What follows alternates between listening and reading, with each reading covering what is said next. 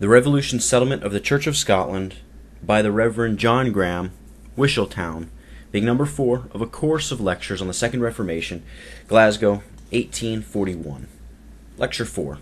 The Reformation Settlement of the Church of Scotland. Its provisions in several respects inconsistent with the approved principles of the Second Reformation, derogatory to the headship of Christ, incompatible with the spiritual independence of the Church, and the privileges of her members.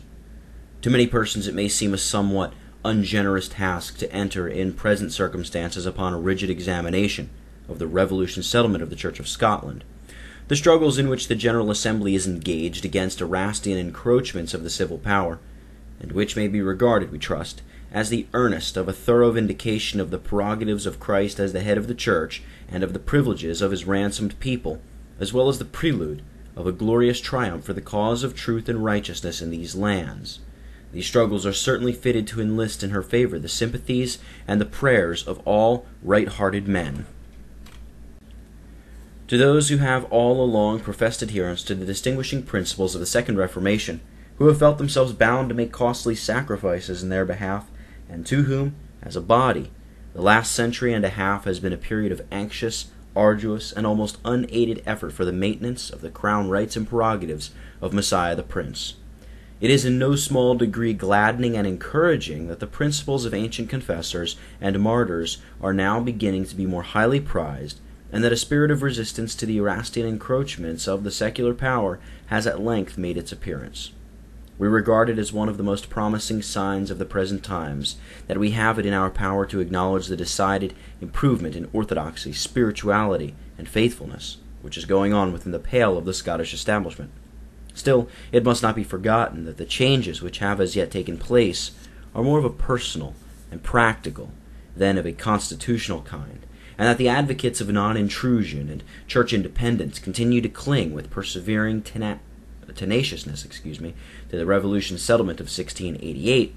while they denounce the recent decisions of the Supreme Civil Tribunal as a gross and reckless infraction of the character of the establishment. It may be that these courts have pushed their authority to the utmost limits of constitutional law, and in some instances have gone beyond it, but, though strongly denied by some, we think it clear as noonday that these courts, and these alone, are the legitimate and constitutional interpreters of the Civil Statute Book. It matters not that the statutes in question relate to ecclesiastical affairs. That does not constitute the ecclesiastical court the proper interpreter of their provisions. They are civil laws enacted by the legislature of the realm, and the civil courts are, therefore, their legitimate expounders. The ecclesiastical court is competent to interpret and apply ecclesiastical law only. While, therefore, we warmly approve, to a great extent, of the abstract principles advocated by the reforming party in the established church, and earnestly desire their success in endeavoring to throw off a yoke which neither we nor our fathers were able to bear, we cannot but deeply regret that they should take their stand on ground which, according to the most favorable construction it can bear, is but equivocal and unsatisfactory, and which, according to our honest and settled conviction, must be entirely relinquished, ere the Church can go forth erect, unshackled, and free. Fair as the moon, clear as the sun, and terrible as an army with banners. She must go a step beyond the era of the Revolution and search for a broad, firm, and solid basis in the annals of the Second Reformation. From amid the ruins into which the Stuarts converted that glorious work, and in which the settlement of William and Mary left it, she must gather the tried principles of saints and martyrs, and exhibit them with energy and faithfulness as in the days of old. And when we lift up our feeble testimony against the grievous errors and defects of the constitution of the national church, as arranged and fixed at the period in question, and fearlessly proclaim our conviction of its utter inadequacy to protect the rights of Christ and the privileges of his people, we are sustained by the consciousness that whatever motives may be imputed to us, and whatever opinion may be formed of the propriety of our measures, we are only attempting to discharge a duty which we owe to the head of the Church, and do what we can in our own sphere to achieve a complete and honorable independence for the Church of Scotland. In entering on this subject, we are reminded that it is not now to be discussed for the first time. The position which the Reformed Presbyterian Church has been compelled to occupy as protesting against the Revolution Settlement has naturally tended to render her members familiar with its provisions, and, besides the prominence which is given to the question in her subordinate standards, it has called forth from time to time a variety of other publications. It cannot, therefore, be expected that in treating of it now we should widely deviate from the facts and arguments which have already been employed. Truth can well bear repetition, nor can we ever hope to accomplish any important object, especially when we have to contend with popular prejudices and long-established systems without the most determined and untiring iteration. We shall endeavor, in the outset, to give a brief sketch of the circumstances which led to the Revolution's settlement, as necessary to a correct and comprehensive view of the subject.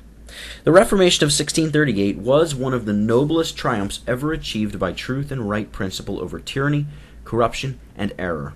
Opposed by the civil power, and by adherents of an ecclesiastical despotism, the Church nobly asserted her independent jurisdiction, exercised her authority in the face of royal interdicts, abolished prelacy as a branch of Antichrist, renewed her covenant engagements, adopted measures for promoting sound pastoral instruction and scriptural education throughout the land, exercised a vigorous discipline, strove by means of the Solemn League and otherwise to advance uniformity of religion in the three kingdoms, and finally succeeded in breaking asunder the anti-Christian yoke of patronage, and in establishing an ecclesiastical directory for the calling and induction of ministers. We do not mean to affirm that the Second Reformation was in all respects perfect, or that every individual measure then adopted is entitled to our unmingled admiration and applause, but we do contemplate the leading principles developed in the Constitution and administration of the Church of that period with the reverence due to divine and eternal truth. We do regard the successful efforts of the illustrious men of the covenant to establish and advance the kingdom of Christ with unfeigned gratitude to him who, by his Spirit, enabled them in a few short years to render the Church of Scotland the purest and most perfect ecclesiastical establishment that ever existed, the fairest daughter of the Reformation, an invaluable blessing to many souls, a pattern for the imitation of future generations, and an earnest of the time coming when the kingdom of this world shall become the kingdom of our Lord and his anointed. The usurpation of Cromwell, and the troubles in which the kingdom was then involved, operated as a check to further improvement, especially in England, and thus hindered the accomplishment of those objects on which the hearts of the reformers were fondly set. Yet, though it is not to be directly ascribed to the measures pursued under the Protectorate, but rather to the exertions which have been previously made to arrange and settle the polity of the Church, religion appears to have flourished remarkably during that period, and a contemporary historian expresses his belief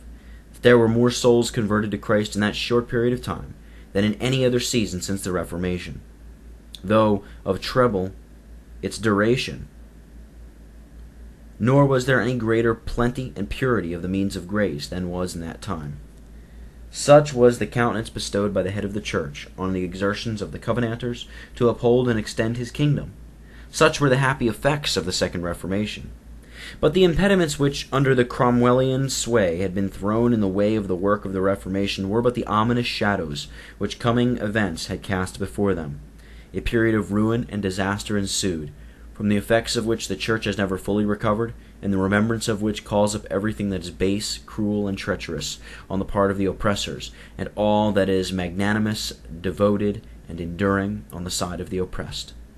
The restoration of the second Charles was the signal for an atrocious assault on the sacred edifice of the Second Reformation, and without pretending to enter with any degree of minuteness on the measures resorted to during his infamous reign, which our limits and design forbid us to attempt, let us suffice briefly to show that in a variety of ways the Presbyterian Church was overthrown and destroyed.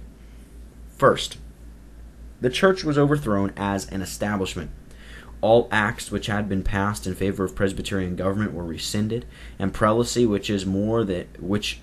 much more congenial, to the principles and feelings of arbitrary and Erastian princes, was ratified as the established religion of the land. To accomplish this end, there were two acts passed which deserve to be particularly mentioned. The first of these rescinded the meeting of Parliament held in 1649, by which the Westminster Confession of Faith had been ratified, the church patronage abolished, declaring it to be an unlawful usurpation and all its acts to be null and void, and the second, by a bolder and more reckless stretch of power, annulled at a single stroke all parliaments which had been held since 1640. That, from Aikman's History, Volume 4, page 478, as well as Cook's History, Volume 3, page 233, and also Bailey's Letters, Volume 2, page 450. These were the infamous Acts Recissory, which the Revolution of 1688 retained in the statute book of the realm, which are still deemed worthy of this high distinction. Number 2. The Church was overthrown by a still more direct invasion of her constitution and polity. It was quite competent to the civil power to rescind all the civil laws by which the Church had been established, and thus to dissolve her connection with the state.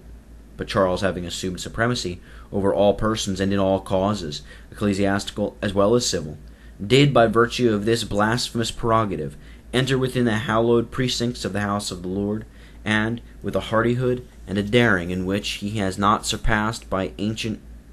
in which he was not surpassed by ancient heathen kings who plundered and desecrated the temple of Jerusalem, destroyed the carved and costly work which had been framed and erected by the wisdom and piety of former years.